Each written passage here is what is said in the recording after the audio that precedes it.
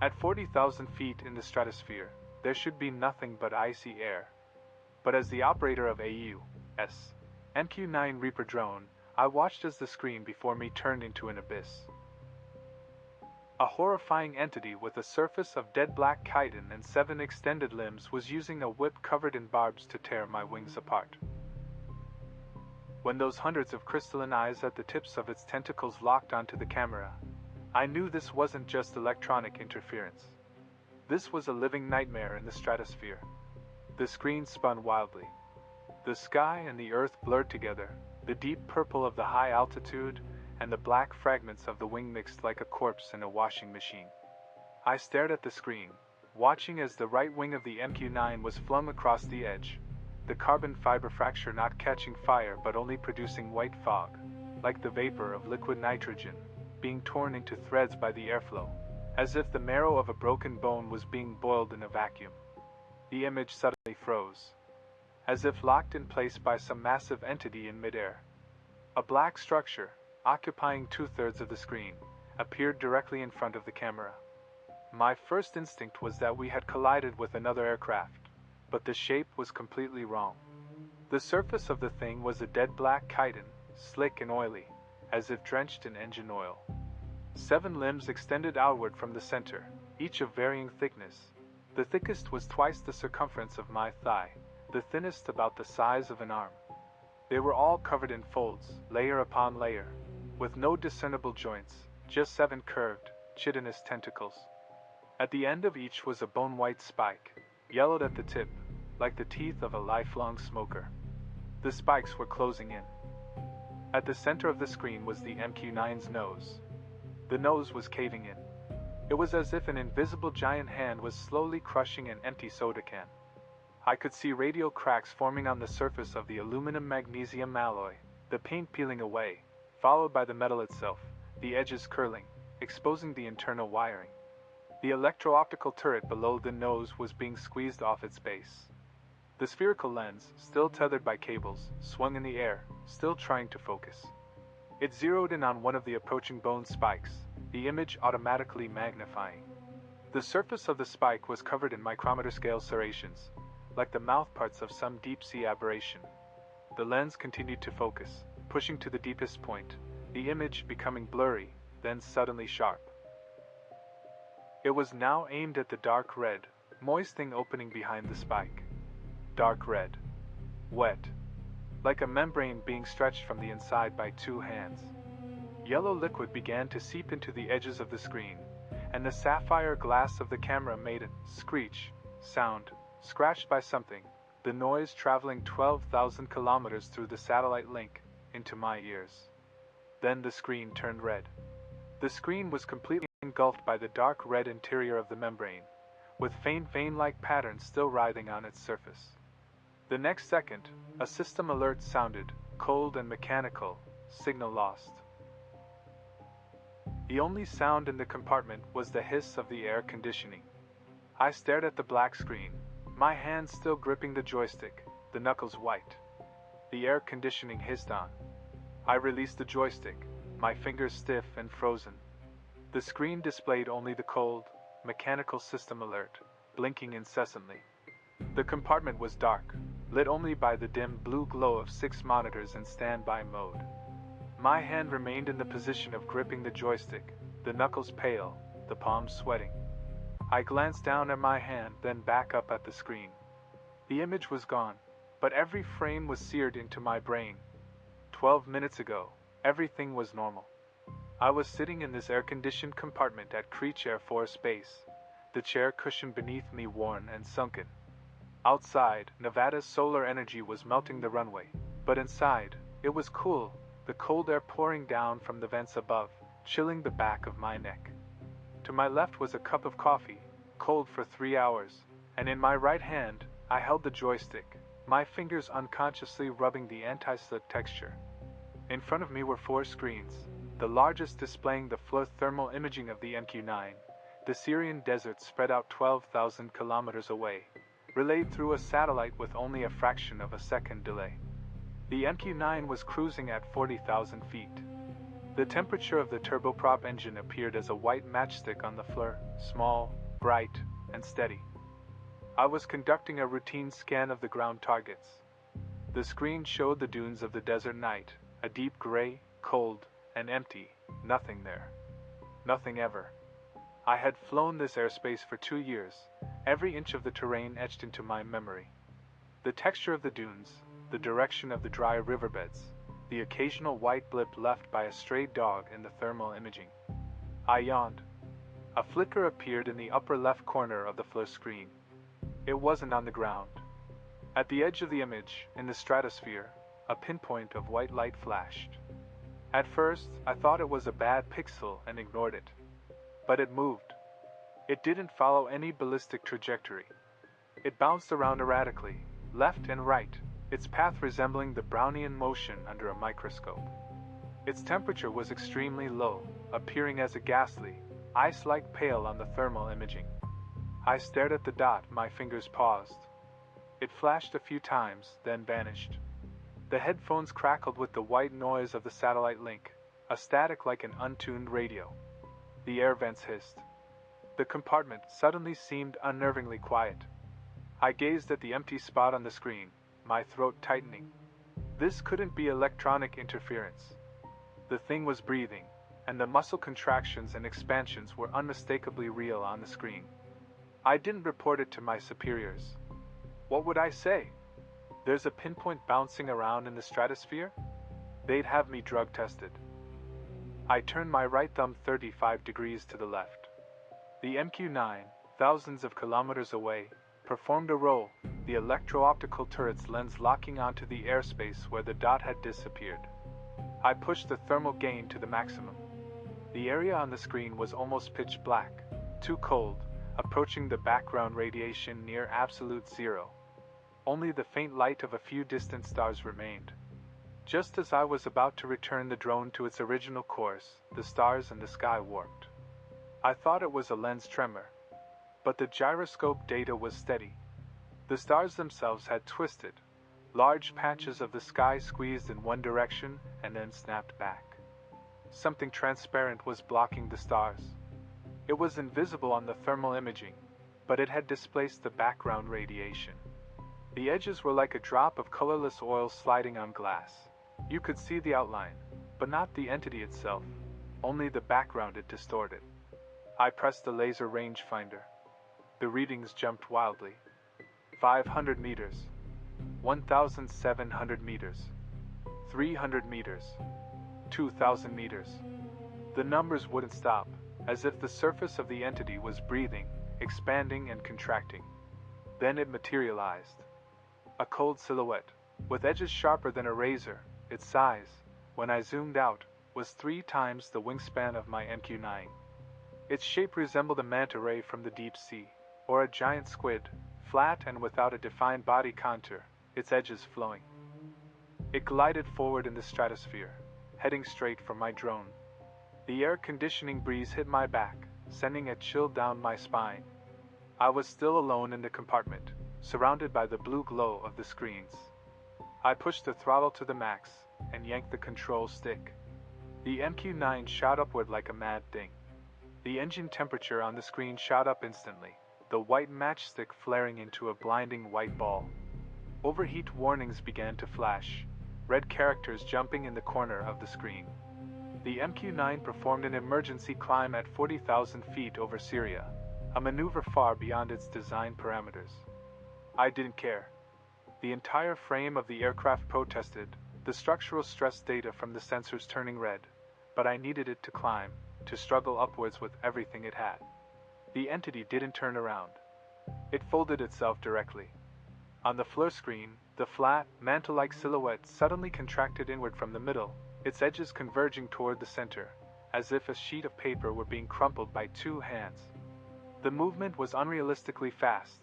It folded into a compact mass in an instant, with no buffer or transition. Then it shot to the top of the screen at a speed my lens couldn't keep up with.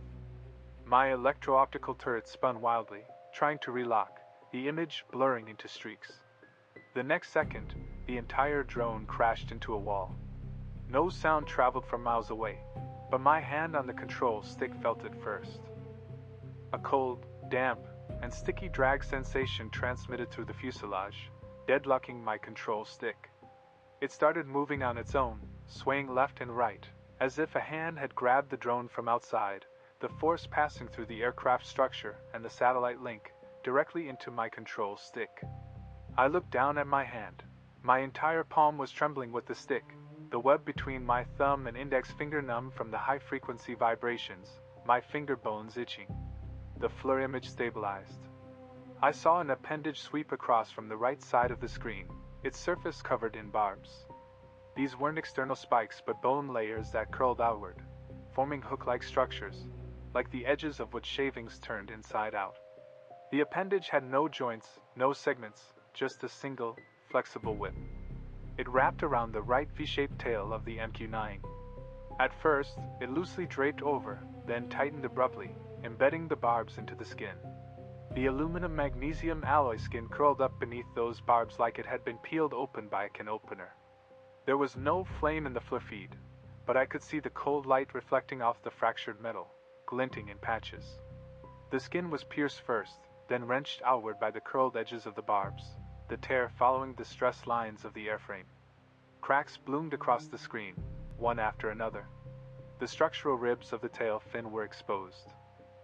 The carbon fiber frame, brittle in the sub-zero temperatures of the stratosphere, shattered outright as the barbs scraped across it. Powdered debris was instantly vacuumed away by the high-altitude airflow. A dull thud came through the headset, low frequency, muffled, like someone snapping a frozen celery stalk right beside your ear. That was the sound of the tail fin's main spar breaking, transmitted through the airframe structure and compressed by the satellite link into a muffled burst. Then a second, a third, a series of snapping sounds. The tail fin was wrenched entirely from its base under the entanglement of the appendage and torn clean off the fuselage. In the FLIR feed, the V-shaped tail fin was flung aside by the limb, tumbling downward through the air. Its fracture surface was jagged, with wires and fiber bundles dangling from the end like severed tendons. A warning flashed on the console, right elevator failure. Bold red text popped up in the center of the screen, followed by a frantic stream of compensation commands for the left elevator. My drone began to yaw. The horizon in the FLIR feed tilted to a 40-degree angle. I let go of the throttle with my left hand to hammer the trim buttons, while my right hand strained against the control stick, fighting to pull it back to center. My fingers tapped rapidly on the trim buttons. Compensation commands flashed on the screen one after another, but the drone's attitude kept drifting. It didn't stop. After tearing off the tail fin, the appendage didn't retract. It unfurled again in midair, barbs still clutching fragments ripped from the tail, a carbon fiber panel, several severed cables, a hydraulic line twisted into a corkscrew shape. The appendage paused for a moment, then began to probe forward, feeling its way toward the belly of the drone like a blind man's fingers. Each time the barbs scraped against the skin of the mid-fuselage, the FLIR feed shuddered, jumping with every scrape. I slammed the control stick hard left and stomped on the right rudder pedal. The remaining left elevator and rudder deflected simultaneously, forcing the drone into a wobbly roll. The horizon and sky in the FLIR feed churned together in a wild spin. The appendage slid off the belly, the barbs gouging deep scratches into the skin. A glimpse of torn metal flashed across the screen. The silver-white cross-section of aluminum exposed the honeycomb core beneath. But another appendage entered the frame from the left. Thicker, darker, with a bony spike at its tip driving straight toward the optical turret's lens. In the FLIR feed, the spike rapidly enlarged as it closed in. I could see growth rings circling its tip, like tree rings. The very end was slightly curved, yellowish, with fine longitudinal cracks covering its surface. The spike halted less than a meter from the lens, then veered away, skimming past my upper left. It wasn't aiming for the lens. Its target was the synthetic aperture radar pod on the belly. The bone spike drove diagonally upward through the pod's fiberglass shell.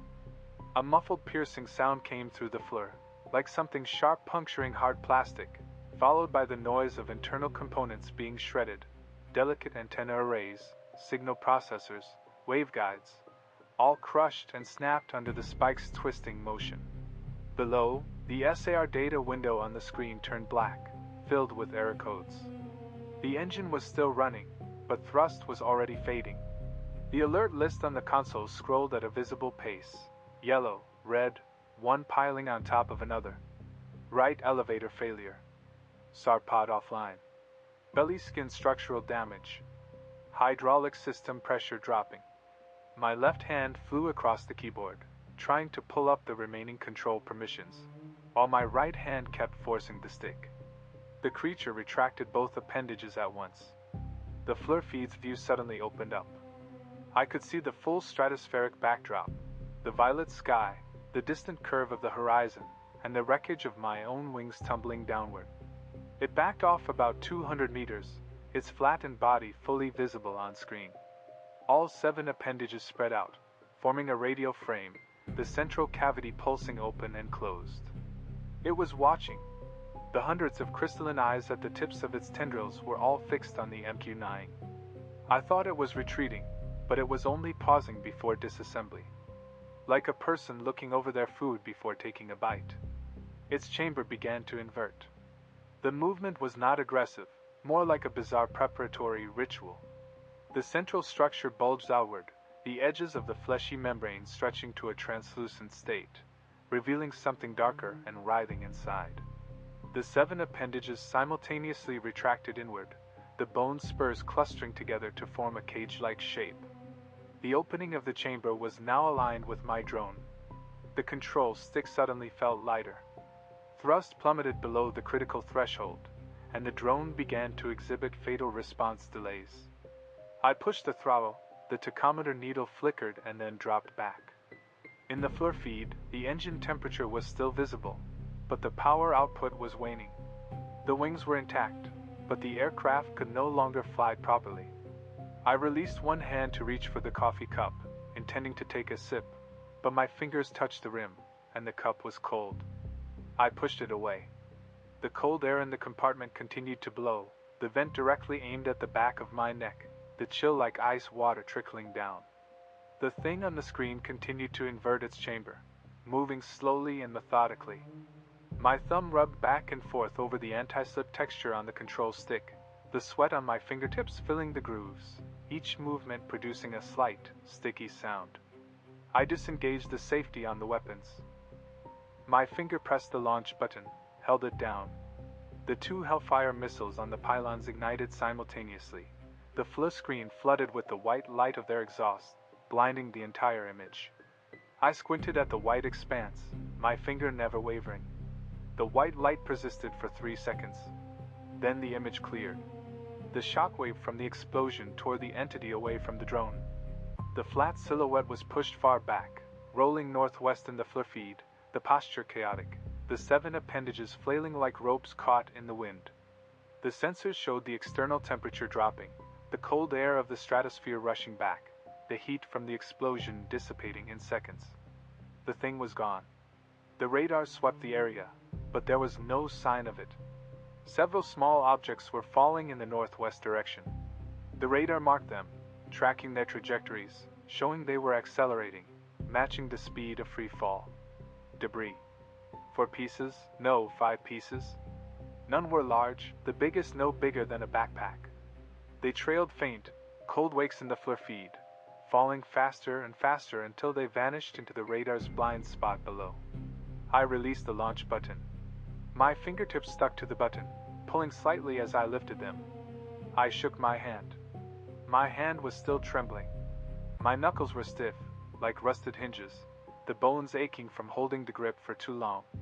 I straightened each finger, hearing a couple of clicks. The compartment was silent except for the air conditioner, the hiss from the vent never ceasing. I leaned back in my chair, my spine pressing against the mesh, which had long since been worn down by my weight, the hard plastic beneath making my tailbone ache. The MQ-9 was still flying. The right vertical stabilizer was gone, the radar pod punctured, and there were deep gashes on the fuselage, but the engine was still running, with 60% of thrust remaining. I moved my neck, hearing the vertebrae crack. Then I began to think, straining to think, about what that thing could have been. Stratospheric discharge? High-altitude thunderstorm? Or some kind of private reconnaissance balloon? Yes, those 5 pieces of debris were the best evidence. They must be the remains of a balloon, the debris scattered after it was ruptured by my impact. I picked up the microphone. My fingers were still trembling, and it took a couple of tries to steady them. Reaper 03 encountered. Suspected high-altitude balloon interference. Aircraft damaged, right elevator lost, radar pod compromised. Assessing return route. The confirmation from command came back through the headphones, mixed with static, muffled and unclear. I placed the microphone back. The compartment fell silent again, the only sounds the hiss of the air conditioner and my own heavy breathing. I slumped in my chair, staring at the FLIR feed. The sky, now cleared by the explosion, was empty, the stratosphere stretching to the horizon in a deep purple, a few stars twinkling above. It was too quiet. The last few minutes had drained all the noise. I stared at the stars on the screen, suddenly sensing something was off. Not the image, but the silence in the compartment. The air conditioner's hiss was unnaturally regular, so regular it made my scalp tingle. The vent continued to hiss, but this hiss was so consistent it had become the background, from which no other sound could emerge. I couldn't hear the keyboard from the adjacent console, the footsteps in the corridor, nothing. It was as if my ears were stuffed with cotton. I reached for the coffee cup. My fingers touched the rim, cold. I lifted it and took a sip. The cold coffee was bitter and sour, and as the liquid slid down my throat, I realized how parched I was, my palate sticking to my tongue, bringing me back to my senses. I set the cup down. Shards were lodged in the crevices of my fingernails, dark brown, embedded there at some unknown point. I flicked them out one by one with my thumb, but one was too deep, refusing to budge. I bit down on my nail, prying it from the seam.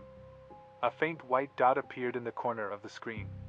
Tiny, like the tip of a needle, at the very edge of the FLIR feed, high in the northwest quadrant. It hung there, motionless. I stared at it for several seconds. My Adam's apple rolled once. Then I reached for the gain control, intending to zoom in on that area. My fingers hadn't even touched the knob when the dot vanished. An eerie signal forced its way into the communications link, a frequency I'd never encountered before.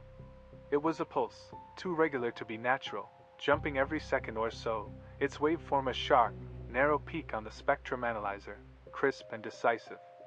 It blended into the background noise of my headphones, underlying the white noise from the satellite link, like someone tapping an electronic tuning fork from an impossibly distant place. On the FLIR screen, the fragments falling in the northwest direction suddenly decelerated. The radar tracking data changed before my eyes. 2 fragments transitioned from a free-fall acceleration curve to a gentle deceleration, pausing midair before defying gravity and ascending back toward the upper atmosphere. 3 other fragments reappeared at the edge of the radar's downward blind spot, also decelerating and turning. The 5 fragments, from 5 different positions, adjusted their trajectories, drawing 5 curved lines on the screen, all converging on a single central point. They were gathering at the same location. I stared at the screen, pushing the throttle forward with my left hand and pulling the control stick with my right to steer the MQ-9 away, increasing the distance. The aircraft shuddered, the low-frequency vibrations from the damaged structural frame resonating through the control stick and into my finger bones. My gaze was locked on the trajectories of the 5 fragments. The first fragment that came into view wasn't a metal shard at all. It was a mass of dark brown tissue, its edges writhing disgustingly on their own. Its surface wasn't metallic and reflective. It was wet, dark brown, secreting a thin, smoking liquid membrane in the extreme cold of the stratosphere. The second fragment rose from another direction. This one was larger, irregular in shape, with grooved and wrinkled surfaces, like a piece of cartilage freshly torn from some creature. In the thermal imaging, it had a temperature. Its core was generating heat on its own, the temperature spiking from a cold gray to a warm white, then to a pale yellow. The wrinkles at its edges were expanding, as if the flesh was stretching itself out. The third, the fourth, the fifth. They gathered in the airspace around the central point, dozens of meters apart. Fine threads, transparent, viscous, visible only at the angle of the sun's side illumination, began to stretch between the fragments. The threads multiplied, growing denser, weaving the 5 pieces into a loose web structure. Then the structure began to contract, the threads tightening, the fragments realigning, fitting into each other's grooves and cracks, like a puzzle that knew how to put itself back together. In the fleur feed, a structure more massive than before was reassembling. After the pieces fell into place, its volume was a full circle larger than before the explosion. The core region was actively heating, the temperature spiking to a deep purple-red on the thermal imaging, like a freshly extracted organ. The extremities remained cold, creating a stark thermal contrast that exposed the entire structure, a central cavity that opened and closed, encircled by 7 bone spurs, their bases connected to a single, dimly bioluminescent cavity. Around this cavity, hundreds of tentacles grew, each as thick as an adult arm, transparent and slowly writhing in the vacuum, with a crystalline eyeball dangling from the end of each. Hundreds of eyes, all simultaneously fixed on the MQ-9. A warning light on my console flickered on. It was the electronic warfare support system, flashing incessantly. The pulse signal had intensified. It was coming from the northwest, from the newly assembled structure. The rhythm of the pulse matched the opening and closing of the central cavity, perfectly synchronized. One opening, one closing, one pulse. Each beat sent a faint ripple across the fleur feed. I grabbed the control stick, pressing the rudder pedal to the floor with my left foot. The MQ-9, dragging its damaged frame, executed an irregular skidding turn, reorienting the nose in the opposite direction. The engines were still over-revving, thrust was dropping, but we were still moving. I pushed the throttle to the max, giving it all the power it could muster. The folds around the creature's orifice suddenly twitched, a localized spasm, rippling from the right side of the cavity to the base of the third appendage. The muscular layers contracted inward with a snap, then sprang outward. The orifice ejected something. A black vesicle, nearly spherical, roughly the size of a basketball, its surface coated with a reflective liquid film that shimmered with iridescent hues under the sunlight. Its initial velocity from the orifice was immense. The trajectory on floor was almost a straight line, hurtling toward me at near hypersonic speed. The distance between the vesicle and the drone shrank in a blur. I yanked the joystick right with my right hand, tilting the MQ-9 upward. The airframe groaned under the G-force, vibrating with structural protest. The stick in my hand shook as if it might come apart. The vesicle skimmed past from below, clearing the fuselage by less than twice its length. Fleur captured the moment it swept through the bottom of the frame, the liquid film less than a millimeter thick, encasing a denser, darker core within. Hundreds of meters past the drone, the vesicle self-destructed. It detonated in midair on its own. The liquid film expanded from within, suddenly morphing into a net, a web of gelatinous material large enough to blanket an entire house. The gaps between the strands were minuscule, each refracting rainbow light in the sun. The net unfurled in the air, then contracted with alarming speed, as if alive. The MQ-9's tail was snared. The instant the net strands touched the fuselage skin, they adhered fast, secreting a transparent sol gel on contact, seeping into the aluminum skin like a living thing. The propeller was the first to be choked. The blades were wrapped by the strands. After the first wrap, they still spun, but the RPM visibly dropped. The strands thickened, coiling from single threads into a tangled mass that engulfed the entire hub. The propeller stalled. The engine could no longer drive it. Internal temperatures spiked, and the overheat alarm shrieked instantly. The fleur feed jolted violently. The MQ-9 transitioned from stratospheric cruise into a falling wreck. The nose pitched down, the horizon flipped from the bottom of the frame to the top. My left hand hammered the keyboard, rerouting backup power, switching the battery pack to prioritize the electro-optical turret. Fleur was still running. The onboard batteries would hold for a while. Then I saw it approaching. It moved on its own. The orifice's opening rhythm quickened, 7 bone spurs splayed outward, the internal bioluminescence flared to blinding intensity, and hundreds of tendrils thrust forward, their crystalline eyes locked on the MQ-9. It wasn't rushing. It closed in at a steady relative speed, its posture unhurried. The alert list on the console kept scrolling. A new red line popped up, airframe overload warning. The drone's velocity was increasing, air density was rising, the airframe was dropping from the stratosphere into the troposphere. External pressure climbed, triggering fresh stress warnings on the damaged skin. I couldn't hear these sounds on the screen, but the vibrations through the joystick changed, from high-frequency jitters to slow, increasingly heavy, broad shakes. I let go of the keyboard, grabbed the joystick with my right hand, and the throttle with my left. No thrust left. The throttle was dead. I stared at the FLIR feed. The purplish-red heat source was closing in lazily, hundreds of tendrils probing ahead, their crystalline eyes glittering in dense, tiny specks of light. In the FLIR frame, one bone spur extended leisurely. It didn't stab, didn't thrust, just reached out, as unhurried as a hand reaching for a cup on a table. The tip of the spur aimed at the MQ-9's belly, where the synthetic aperture radar pod had already been half pierced. It inserted again through the original breach, pushing deeper. The data window at the bottom of the frame went from a few residual garbled characters to total black. The remaining electronic components inside the pod crunched under the spur's pressure, the sound transmitting through the satellite link, like someone crushing a handful of dry circuit boards right next to your ear. The bone spur withdrew. Its tip carried a coiled mass, slick with bioluminescent mucus, glowing a ghostly blue in the stratospheric sunlight. It was a tangled wreck of cables and circuit boards, copper wire and fiberglass fragments embedded in the slime, dripping off the spur. In the vacuum, the mucus didn't fall. It spread, forming a slow-crawling film over the spur's surface. The second bone spur probed beneath the electro-optical turret at the nose of the drone. On the screen, it drew closer, zooming in, closer still.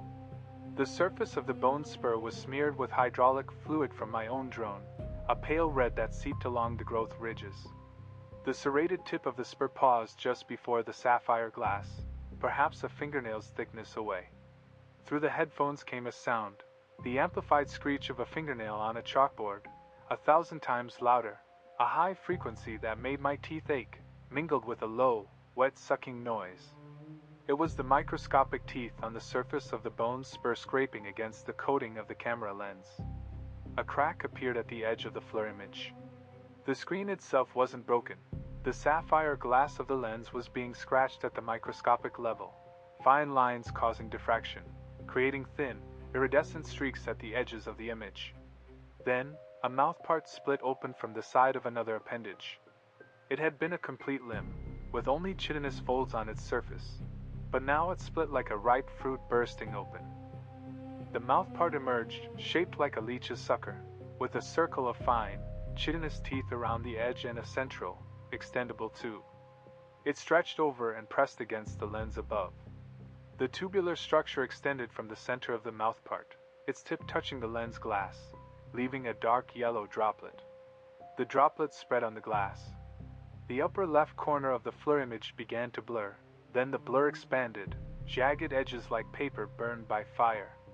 Where the liquid flowed, the sapphire glass's coating was dissolved, revealing irregular corrosion pits beneath. The image shifted from color to monochrome, then to distorted light spots. I swung a fist at the keyboard. My knuckles slammed down on the space bar. The keycap flew off and grazed my chin, bouncing behind the monitor. I heard my own voice, hoarse and breathy, a rasp that echoed once off the walls of the compartment before being absorbed by the soundproofing. After my right hand struck, my left followed. My hands alternated, pounding the control panel and the edges of the keyboard tray. The bone on the side of my wrist collided with the metal edge, the skin breaking, blood seeping out and smearing the gray paint of the console in streaks. I was still growling, my voice cracking, the airflow through my throat producing a shrill, broken whistle. I grabbed the coffee cup and swung it at the side of the monitor. The ceramic cup shattered into 3 pieces upon impact with the LCD frame, cold coffee splashing down the screen, flowing over the corroding, blurred FLIR image, the dark brown liquid covering the dark yellow digestive fluid, dripping together. The cup fragments fell to the floor, the largest still spinning, its edges smeared with my blood and coffee grounds. I swept my arm across the control panel, My forearm knocked over a half-full bottle of mineral water, the liquid gurgling out and soaking the cover of the operations manual. The paper wrinkled as it absorbed the water, the printed text on the cover blurring. I gripped the control stick and yanked it, as if trying to rip it out of the console. The base screws creaked under the metal panel. The stick wobbled but didn't break. I released it, clenched my fist, and pounded the control panel again, this time near the status indicator lights for the weapons management system. The lights were still on. 4 small green lights in a row. AGM-114 Hellfire missiles. 2 of them. Still hanging from the pylons. My hand froze mid-air. Blood beads from the broken skin on my knuckles trickled down my fingers, pooling in the creases. I stared at the 4 green lights, my breath caught in my throat. I grasped the mouse. My palm was slick with a mixture of blood and sweat, the anti-slip rubber on the mouse sticky. I dragged the cursor to the weapons management interface and opened the manual override submenu. The system popped up a permission confirmation window, demanding the secondary authorization code. I stretched my left hand to the keyboard, my index finger tapping out the 6-digit code, then hitting enter. The system confirmed that manual override was activated. The FLIR image remained. Through the corroded, pitted lens, I could still see the outline of a massive, purplish-red heat source above me. The creature was methodically disassembling the MQ-9's frame with its bone spurs and mouthpart, hundreds of tentacles writhing around, the crystalline eyes at their tips reflecting the scattered light from the explosion. Its entire focus was on dismantling this drone, consuming the aluminum-magnesium alloy skin, savoring the sapphire glass of the electro-optical turret. My hand moved to the weapon release button. The pads of my fingers rested on it, but I didn't press. The engine was dead. The standard launch sequence wouldn't work. The Hellfire missiles required the engine to supply the gas needed to ignite and detach from the pylon, but the engine was now a cooling lump of scrap metal. Next to the release button was the Seeker Activation button. I stared intently at the button labeled Seeker Activation. It was meant for ground tests, but now I had to force the missile to activate on the pylon and lock onto it. My thumb slid from the release button to the Seeker Activation button. Unlike the concave surface of the release button, this one had a raised, non-slip ring that could be felt immediately with the pad of my finger. I didn't hesitate. I pressed it.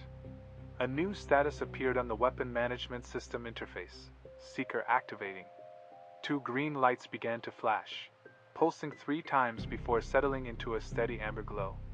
The Hellfire missile's laser seeker came to life on the pylon, scanning through the protective shield at the front of the warhead. The scanning beam shot out, illuminating the purplish-red heat source, reflecting back to the seeker. The lock-on sequence initiated automatically, and the target box on the screen began to dance around the blurry heat signature, contracting, and finally solidifying into a solid line. Lock-on complete. A high-frequency locking tone, rapid and urgent, echoed through the audio system, penetrating the creature's body via bone conduction. Its disassembly halted for a moment. The high-frequency tones rushed into my headphones, rapid and urgent. For that brief moment, all the movements on the MQ-9 came to a standstill. The bone spines ceased their inward push, the mouthparts stopped licking the camera lens, and hundreds of tentacles contracted simultaneously, like the leaves of a mimosa being touched, but not slowly, all at once, with no transition. Every tentacle retracted to press tightly against the body, and the crystalline eyes at their tips sunk into the fleshy folds within, one by one, leaving behind hundreds of empty, wrinkled openings. The central cavity also paused. The 7 bone spines remained spread, but no further movement occurred. The membranous edges of the cavity froze, the previously expanding folds now held rigid, unmoving. Its entire body hung suspended in the thin air of the stratosphere, a motionless silhouette. The pause lasted less than a second. The muscle layers on either side of the cavity suddenly bulged outward, the entire muscular structure around the cavity swelling without warning. The chitinous folds on the surface were stretched, revealing the dark, wet tissue beneath. The 7 bone spines in the cavity began to tremble, the vibrations growing from small to large, the frequency increasing from low to high, emitting a low-frequency hum that traveled through the fuselage and into the satellite link, becoming a continuous buzzing in my headphones. A liquid film seeped from the edges of the cavity. A large volume of eerie blue fluid spewed out from the glands, instantly freezing into tiny ice crystals in the stratosphere's extreme cold, only to be immediately washed away by the next surge. The fluid, glowing an ethereal blue in the sunlight, matched the color of the luminescent cavity inside its body. All the appendages began to convulse violently. The hooks on each appendage stood erect, springing from their flattened positions against the chitinous surface, the bony spurs clashing in the sunlight, producing a rapid, staccato clacking. The bone spines at the tips of the appendages thrashed aimlessly at 40,000 feet, slicing through the thin air with sharp whistles. My thumb moved from the seeker activation button to the physical switch next to it, covered by a plastic cap. I swept the coffee cup fragments off the console with the back of my hand, the ceramic shards clattering to the floor. My fingers found the plastic cap of the safety, which concealed a red toggle switch in a recessed slot to prevent accidental activation. I hooked the edge of the cap with my index finger and yanked it outward. The nail embedded itself in the gap between the cap and the panel, and with a hard pull, the plastic cap and a small piece of its hinge broke free. The cap bounced off the screen frame and fell onto my lap, the word "armed" imprinted in black on white plastic. I reached into the recessed slot, my fingertip touching the cold metal toggle, and pushed it up with a sharp, decisive click. A line of white text on a red background appeared on the console. Forced unlock activated. The high-frequency locking tone continued, rapid and urgent, its pace reaching its limit. On the weapon management interface, the status bars of the two Hellfire missiles turned red, the yellow and green lights vanishing, leaving only 2 rows of flashing red lights. The Seeker had locked on, the warhead safeties were disengaged internally, and the shaped charges inside the missile heads were primed and ready to detonate. I watched the flare feed. The lens, pitted and eroded by the corrosive fluid, hadn't fully dissolved yet. Through the blurred vision, I saw the purplish-red heat source moving. It wasn't retreating. Its orifice suddenly turned inside out. The entire core cavity, as if a hand had reached inside to turn a pocket inside out, saw the layers of muscle around the orifice invert, the exposed tissue darker, shifting from a deep maroon to a near black indigo. 7 bone spurs sprawled outward to their maximum angles, each trembling violently. The cavity's interior was laid bare. Luminescent organs crowded together, their shapes chaotic and irregular. Some resembled tangled intestines, others layered sacs, and still others a series of interconnected tubular structures. All were enveloped in a single layer of eerie blue bioluminescent fluid, which was pushed outside the body in the moment of inversion, revealing every detail under the direct sunlight of the stratosphere. The blue fluid began to boil. Upon exposure to the vacuum, the fluid instantly boiled and vaporized, expanding into a vast cloud of blue particles that grew rapidly. The organs themselves were also vaporizing. Bubbles formed on their surfaces, densely packed and growing larger, their walls thinning until they burst, releasing more gas. The organs disintegrated, shedding in chunks, each fragment continuing to vaporize and generate new particles. It was vomiting. It expelled all its internal organs, along with digestive fluids, body cavity fluids, and glandular secretions, all pushed outward. The cloud of particles expanded rapidly around it, the diameter growing from several meters to dozens of meters within seconds, and it continued to expand. On the FLIR display, the heat signature transformed from a single, dark maroon entity into a spreading cloud with increasingly indistinct edges. The proximity fuses of 2 Hellfire missiles were detecting the density of the particle cloud. The fuse's detection beams struck the cloud, the return signals reaching the trigger threshold almost instantly. The cloud was dense enough for the fuses to register a target contact. The weapon management system status bar flickered. The red indicator light, which had been steadily glowing, began to flash rapidly, twice, before a new line appeared in the system log, detonation. The screen went completely white. Not the white of the FLIR image, but the entire display was flooded with a light so bright it exceeded the panel's display limits, turning white with a hint of purple, as if the liquid crystal layer was about to burst from the screen. The white lasted less than a second before the automatic overload protection kicked in, switching the display to a backup mode and forcing the brightness down. But even in the lower brightness, the screen was still filled with a blinding white light. The two Hellfire missiles exploded on their pylons, the high-temperature metal jets from the shaped charges mixing with the blast waves, spraying outward from the drone's belly. The explosion center was too close to the creature. Close enough for the metal jets to pierce its particle cloud and enter the inverted orifice. The jets, hot enough to melt copper, were sufficient to vaporize bone and chitin. The blast wave followed, surging into the orifice and tearing apart the inverted muscle layers of the core cavity. The edges of the cavity's flesh split into several strips, the tears following the muscle fibers, continuing to invert but now passively, forced by the explosion. The bone spurs began to fracture. Simultaneously, cracks appeared at the base where the 7 bone spurs connected to the cavity, the longitudinal cracks extending upward from the base, the fastest reaching the midsection of the spurs. The rightmost spur completely snapped at the base, detaching from the cavity and tumbling hundreds of meters away in the blast wave. The other spurs, though not fully severed, had cracks that opened wide, bone-white fragments peeling off in large quantities and scattering in all directions, carried by the shockwave. The FLIR image began to shake. The explosion's shockwave was transmitting through the MQ-9's frame, amplifying the vibrations in the already damaged structure. The stabilizers of the electro-optical turret worked frantically to steady the image, but the servomotors couldn't keep up with the shockwave's frequency, causing the picture to jump erratically, left to right, up and down. The warning list on the control panel scrolled down at a rate too fast for the eye to follow.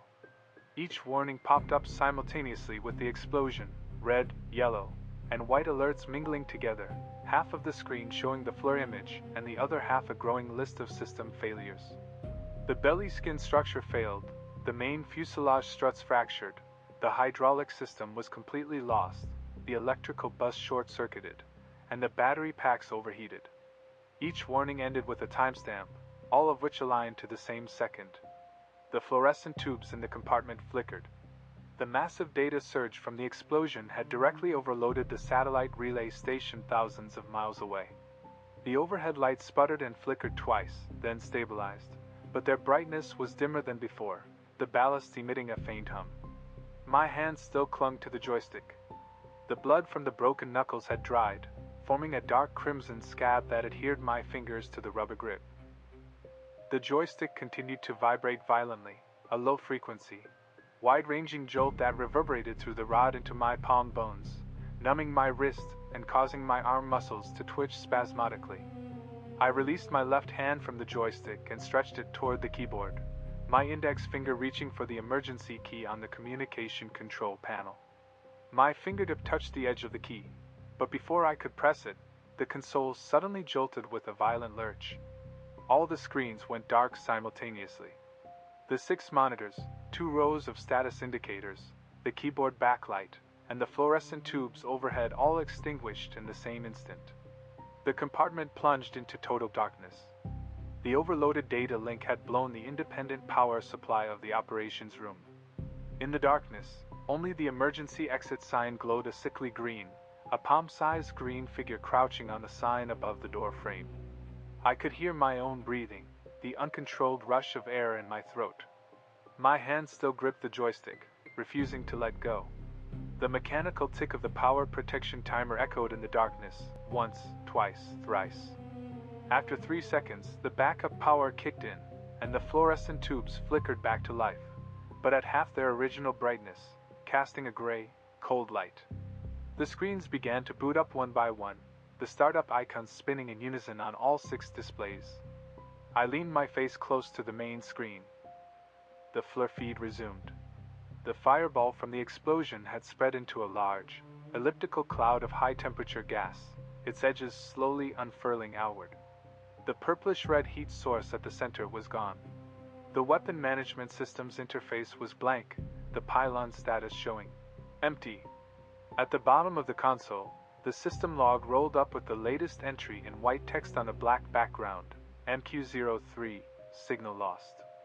The timestamp was frozen at the exact second the missile detonated. I stared at the screen for a few seconds. My fingers slowly released the joystick, the knuckles stiff like frozen rubber, each joint needing to be individually pried open to straighten.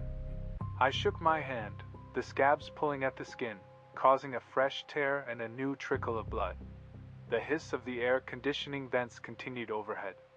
The backup power hummed as it lit each screen. System diagnostic reports flashed line by line, all black. Telemetry data reset to 0, all sensors returning error codes. The status bar for the aircraft extended a solid gray line from end to end. The last cache of the FLIR feed began to replay automatically. The progress bar crawled from left to right, the frame freezing at the millisecond before the explosion. I fixed my gaze on the screen. At the center of the high-intensity light, the purplish-red heat source had fragmented into a cloud of diffused particles.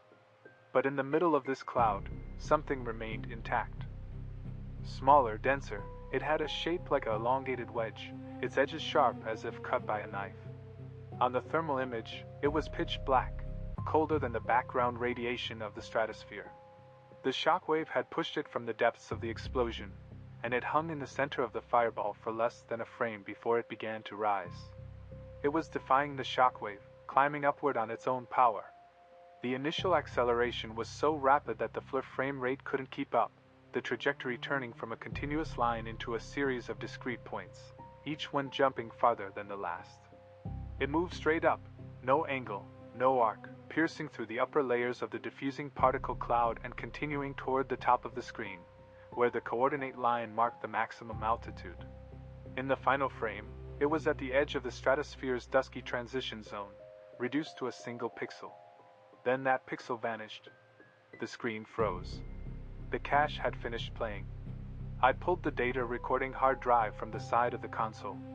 My finger gripped the pull ring and yanked it out, the click of the disconnection resonating in my palm. The hard drive's casing was scorching hot, the aluminum surface so warm it emitted the dry, heated scent of metal. I wrapped my sleeve around it to hold it in my hand. I stood up. My knees pushed against the edge of the chair as I moved backward, the casters squeaking against the floor. The door of the compartment was behind me. I took 2 steps back, my shoulder bumping into the door frame. The fluorescent tubes in the corridor buzzed overhead, the walls lined with closed operational compartments, each door identical to the others. A fire axe hung in a glass cabinet on the wall, a small patch of red paint chipped away. A metallic taste rose in my throat. I pressed my lips together, my tongue touching the roof of my mouth, tasting the salt. I spat onto the floor, a small puddle of saliva landing on the white tiles, tinged with blood. A cut on the side of my tongue, from where my teeth had bitten down, was still oozing. I wiped the corner of my mouth with my sleeve. As my wrist brushed past my lips, I caught the scent of coffee grounds and burnt plastic, mingled with the metallic tang of blood.